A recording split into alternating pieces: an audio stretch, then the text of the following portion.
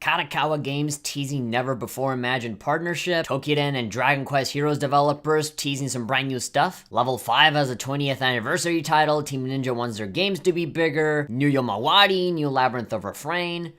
A hell of a ton of Persona stuff. And of course some good old Senran Kagura. 2018 hasn't arrived yet, but it's already looking pretty damn exciting. Hello there everybody, how's it going? Welcome back to Good Game Have Fun. I'm the Hat Person, and the year 2017 is right about to end. At the time of this recording, it is December the 26th. We're only a few days away from the year 2018 finally being upon us, and thanks to the Dengeki PlayStation magazine over at Japan, we're already getting a little bit of a couple of tidbits and hints and teasers. That's what I would say, is Japanese developers teasing the hell out of us with a lot of news on brand new games and stuff that they're working on, or just aspirations for the new year. And I think I just want to very briefly go through a lot of these because in one day I went to Gamatsu, that's where I like to go get my news, and man, there is a lot of articles, there are a lot of articles rather, on just people teasing a bunch of stuff. So let's just go ahead and full screen all of this.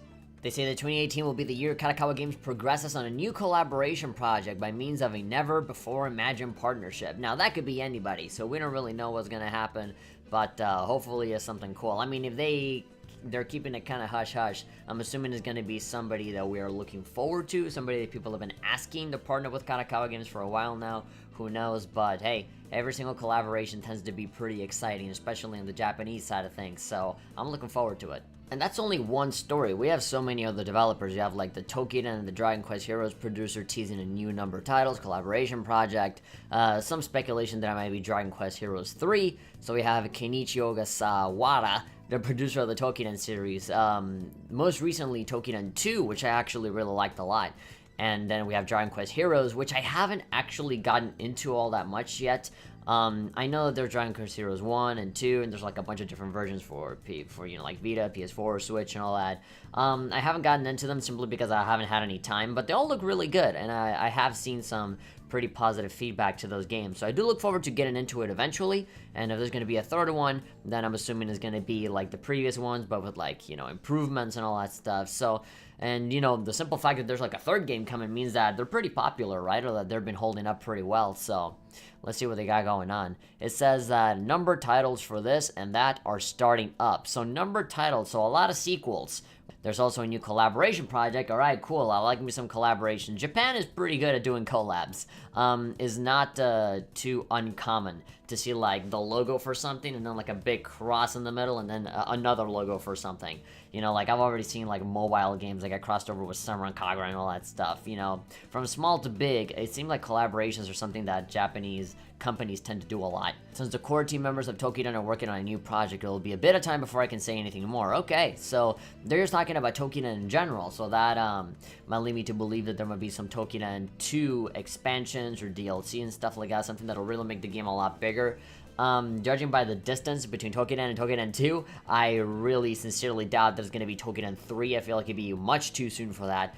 So it's probably going to be either some spin-off title, or more often than not, I would probably guess that it's some DLC expansion that'll actually add on to the current game of Tokiden 2.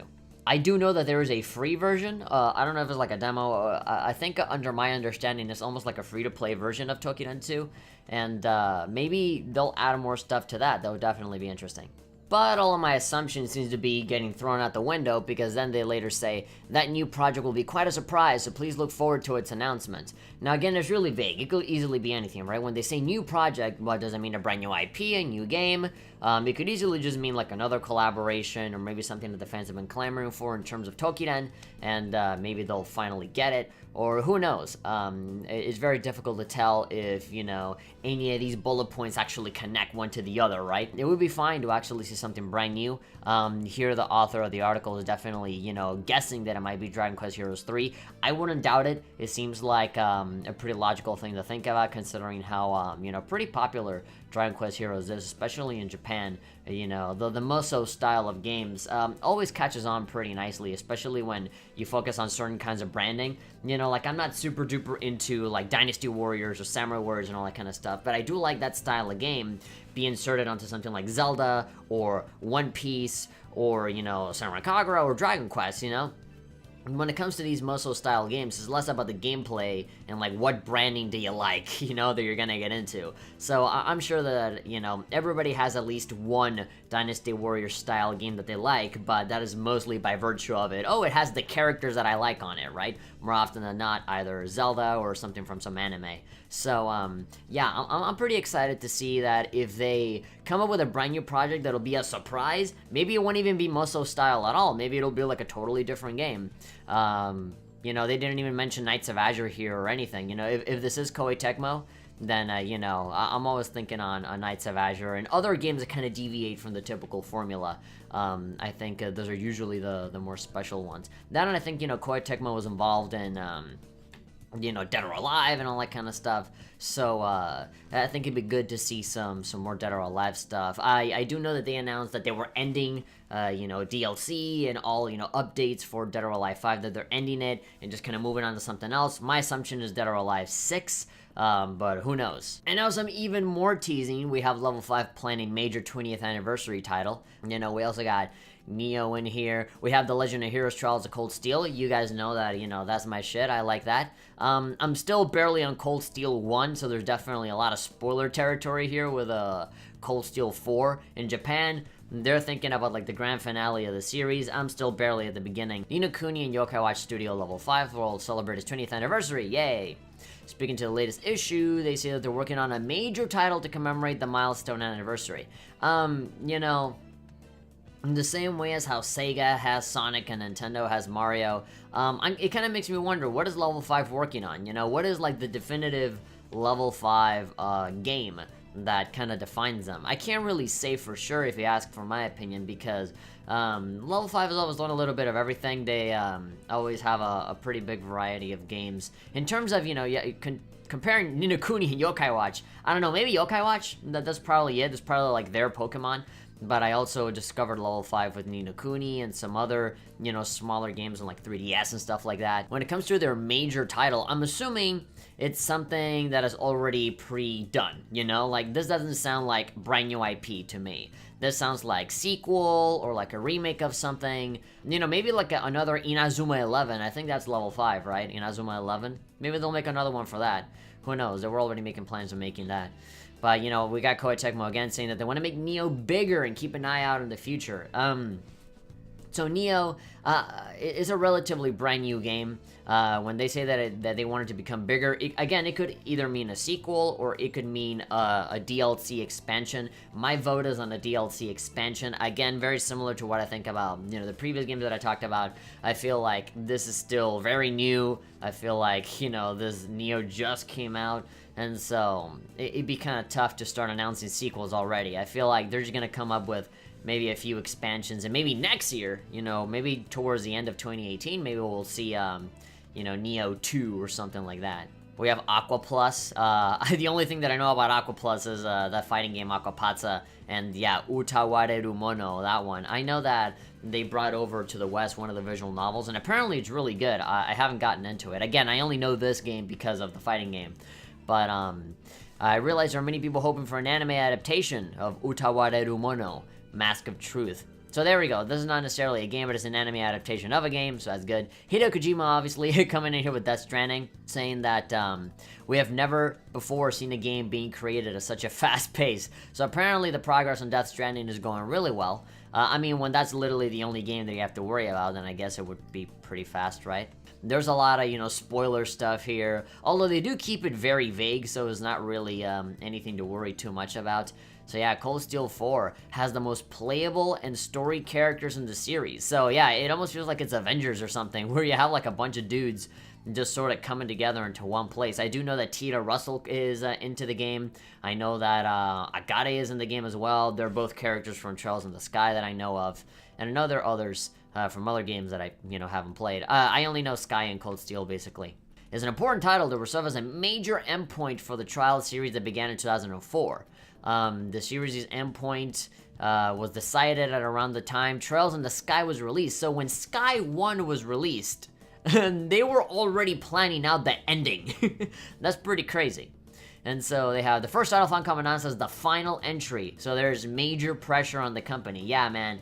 This fourth game seemed like it's gonna be like, you know, Blaze Blue Central Fiction, you know? Usually these kinds of series end up in trilogies, but to see them come out in 4s now is pretty exciting to see that, okay, you know, we're getting one more game and this will wrap up everything. The subtitle End of Saga was decided because The Legend of Heroes Trials of Cold Steel 4 is a title that will end the series as a whole. So again, are they ending Legend of Heroes, or are they ending Cold Steel? I'm assuming they're just ending Cold Steel because marketing. This is probably where you'll get some spoiler territory here, where it says Rean Schwarzer, the protagonist, saying, while Falcom cannot share details at the present time, the story will depict the hopeless conclusion to Rean's story. Again, kind of very Ragnar the Blood-ish, right? It's very tragic, very like, what's gonna happen to Rean? And then, again, I have no idea what happens to Rean. You know, right now in Cold Steel 1, I'm at the point where we know that Rean can transform into, again, almost like a Ragnar the Blood-ish type of thing, where his hair is white and his eyes are red and he's like really powerful, almost like a Super Saiyan form or something like that. But everything is still shrouded in mystery and we still don't know what's going on. I'm sure they'll expand more of it in Cold Steel 2 and 3. I'm sure a lot of you already know what's going on. But apparently in the fourth game, it's kind of a mystery to see what the hell is up with Rean. At what point in the story starts in Cold Steel 4 is one thing to think about. Oh, really? At what point the story starts? So maybe there might be some time displacement. Maybe it won't happen immediately after the last game. Maybe there'll be like a time skip or something. Pay attention to the question of, is Rean really the protagonist in the first place? Oh god, they're gonna... This just kind of makes me feel like they're gonna kill him off at the end or something like that. That just sounds like he's gonna die and he's gonna get replaced with someone else. There are more playable characters in Cold Steel. There are more playable characters than in Cold Steel 3, the highest amount ever. Okay, so apparently there's a lot of characters to play with in Cold Steel 3. Oh my god. Development is 45% complete, so these guys are not even halfway through the game, but that's pretty good.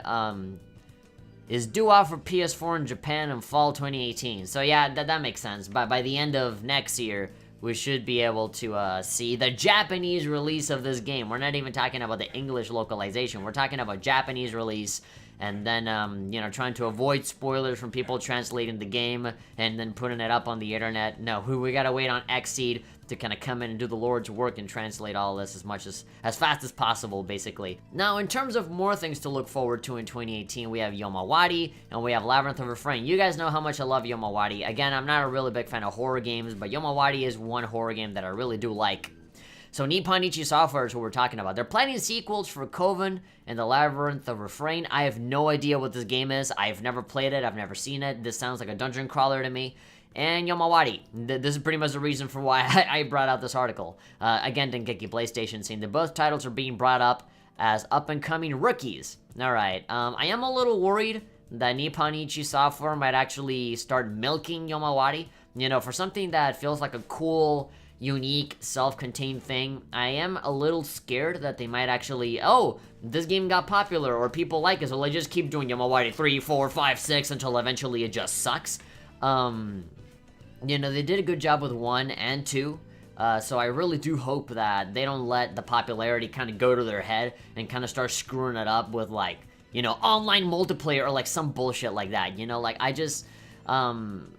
I really don't know what else they can do that's new, because even in the second games, things started to kind of look a little bit repetitive, so they really have to, like, totally reinvent it or come up with something entirely new on Yomawari if they want to, like, really keep the series fresh without it making it feel like you're just milking this cow that's giving you money right now.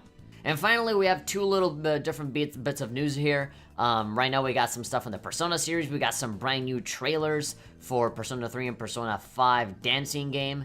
And it's looking, I mean, visually it's looking amazing. Gameplay-wise, it's exactly what I was afraid of, which is for them to kind of maintain the same gameplay that they had in Persona 4 Dancing All Night, which I thought kind of sucked. I actually didn't really like Persona 4 Dancing All Night all that much, mostly because the gameplay really sucked. The buttons felt completely out of sync with the music, completely out of time. There were like voices and commentary that constantly got in the way of the music. Like, it was kind of an unpleasant experience, and the only thing that I really liked was the soundtrack and the story, and that was it, you know? I really didn't like playing the game. And if they're gonna have exactly the same gameplay in these new games, then I hope to God they better, like, completely, like, sharpen up the gameplay, make the buttons actually sync up with the music. Like, they really have to overhaul it and make it better, because, man, like, P4 dancing kind of sucked in terms of gameplay. It's also, you know, kind of discouraging me even more now, because they're completely removing the story from P3 and P5, and they're replacing it with some other mode that involves, like, you know, interactions and stuff like that. To me, interaction sounds like 5-minute dialogue and then songs, and that's it, you know? To me, it just sounds like an arcade mode that's not gonna be that good, and it's kind of gonna bum me out. The dancing games, I really would... I do appreciate them for what they try to do, but they're definitely, like, on the lower tier of, you know, Persona game spin-offs, you know, if I had to say so myself. I'm pretty sure there's going to be, like, a female protagonist as well as DLC, because I'm already seeing remixes of Persona 3 Portable songs that you only hear on the female playthrough, so it would be a little strange if you didn't have, like, you know, the male Velvet Room guy, and then also have, you know, female protagonists and all that. It'd be weird if they didn't do that. And yeah, it's totally going to be DLC. Elizabeth, I'm sure, is going to be here too. There's a lot of fun elements. A new mode that replaces story mode. Yawn. You can enjoy interaction between characters. That just sounds like crappy 5-minute talks. And be like, whoa, it's so weird that we're dancing. Wow. You know, just, I don't know if that's going to be kind of what I desire out of this. But yeah, May 24th, 2018 in Japan. We got to look forward to it. Considering how popular Persona is now, I wouldn't be surprised if the gap between that date and the American date is a lot closer than we think. I'm looking forward to it. Hopefully they don't fucking pull that shit again, you know, with Atlas saying that, oh, please, no spoilers. I mean, there's not gonna be a story mode in this game at all, right? So they can't be, like, you know, shutting down videos on YouTube because of spoilers and stuff like that, right? So maybe hopefully we don't get a repeat of P4 dancing or Persona 5, especially not Persona 5, so... yeah, maybe without the story mode, Atlas can kind of calm their tits and, you know, not be, like, shutting down YouTube channels because spoilers. Now, speaking of Persona 5, the anime is already being prepared. April 2018 is when it's going to be showing up, which is actually not that far off. It's actually pretty close. It's right around the corner. It will air on all of these places, but I'm sure it's going to come out on Crunchyroll and all those other places. I know that Persona 4, the Golden animation, is out on Crunchyroll, so it wouldn't surprise me if, you know, A1 Pictures decided to play ball with Crunchyroll again and just, you know, go ahead and put out the Persona 5 animation. We do know that the Daybreakers is also on Crunchyroll, so yeah, I wouldn't worry about missing out on this. So we already have this very long poster. This is already looking nice. This is pretty much all we have, you know, this is just, you know, the Persona 5 protagonist with his very long legs. Yeah, they have the official name for the protagonist. The P5 protagonist's official name is Ren Amamiya, which, yeah, you know, some people might, get all up in a tizzy because the official name for P5 in the game is Akira Kurusu, but this is very normal, you know, they do this all the time for, you know, the Persona protagonist. I remember in Persona 3, the protagonist was called Makoto Yuki in the movies, and I think he was also named Makoto in the manga. I know, oh no, in the manga his name was Minato, right, like Minato Arisato, and everybody called him Minato for the longest time, and then in the movies they changed it to Makoto Yuki, and everybody got angry. With Persona 4, his name originally in the manga, I think it was Soji Seta, and then in the anime and all of the other games after Persona 4 Golden was just Yu Narukami, and so it just stayed as Yu Narukami forever. And so for P5 in the game is Akira, and for the anime is Ren. So that's okay, I really don't mind. I'm used to it, like they changed the voices, you know, all the goddamn time, so like, you know, that's not really much of a problem for me. They're fictional characters, they don't exist. You can call them whatever the hell you want. You can call them Daddy, you know, for what it's worth. Now, speaking of Atlas and Persona, there's a little bit of controversy going on with Catherine. There's a remake coming out. It's called Catherine Full Body. It's coming out on PS4. It's basically going to be the same Catherine game as always, but they're going to add a brand new character who's called Rin. Catherine with a C, Catherine with a K, and then you have Rin, you know, for Catherine. And, yeah, apparently there's gonna be a brand new story, brand new endings, brand new animations. It's gonna be like a complete reworking of the game. It's gonna come out on PlayStation 4, and it's gonna come out on PS Vita, which is something that I'm very happy about, although I would not be surprised in any way at all if the American version doesn't have a Vita version, because towards the end of this year, like, all of the companies that usually have a Vita version for games in the West, they didn't have it, like, at all. And that really got me worried. Hopefully they move it over to the Switch or something, because it would definitely be a bummer if, you know, there's no, like, portable version of the game, and, you know, they only have a PS4 version of the game, because I guess that's what the Americans want. I don't know. It really pisses me off that, you know, they keep canceling the Vita versions for all of these games.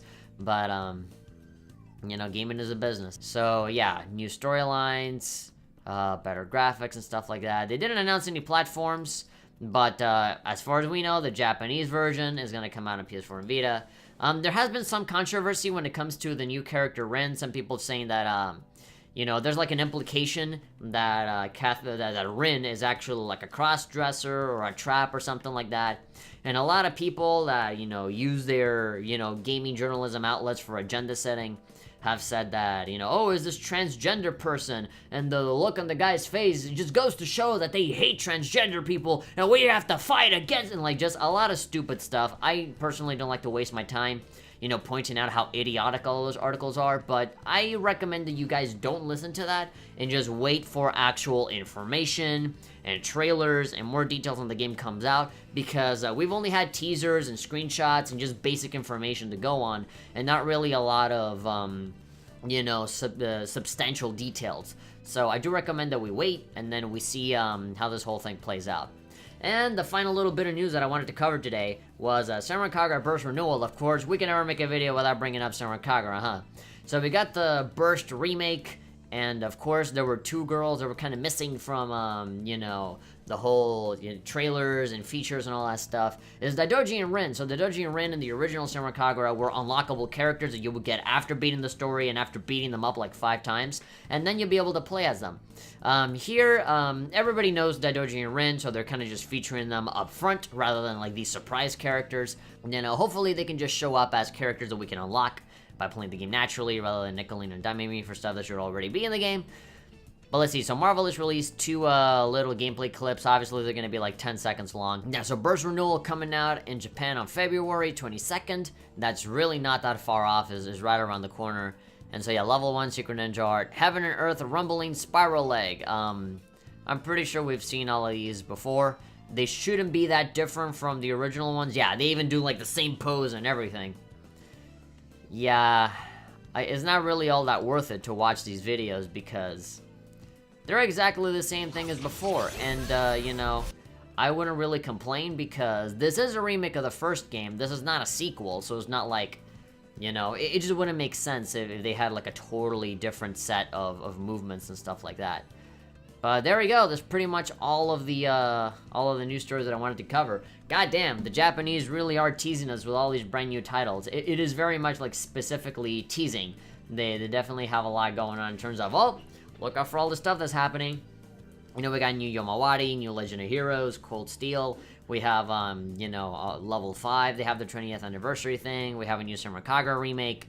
We're gonna have a lot of stuff going on, and that just makes me super duper excited. I want to know, what kind of games are you excited for? Is there anything that these Japanese developers left out? Is there a sequel to something that you would like to see in 2018? What would you want them to focus on? Any improvements? Anything you want to see? Anything at all? You can go ahead and put them down into the comments and just let me know what you're looking forward to in 2018, whether it's Japanese or otherwise. What was your favorite thing to see here in all these news stories? For me, it was personally Cold Steel and Samurai Kagura. All of these other games like Yomawari and whatever, you know, those games, you know, we'll just naturally get hyped about them as they arrive. But, you know, the ones that I can't really stop thinking about is the JRPGs, you know. But, sure, if you guys enjoyed this video, then go ahead and give it a like and, of course, subscribe. And, you know, hit the bell icon so you're always updated and everything's been going on. And like that, you'll never miss a single thing when a new video comes out. And, yeah, after, you know, the new year is over, I'll be coming back home. I still gotta go for my New Year's celebrations. So, the channel will be empty for a little bit. But I will be back pretty soon. And I will be making, you know, more videos, more streams, all the typical stuff. So, yeah, hopefully you guys stick around. See you later. Bye.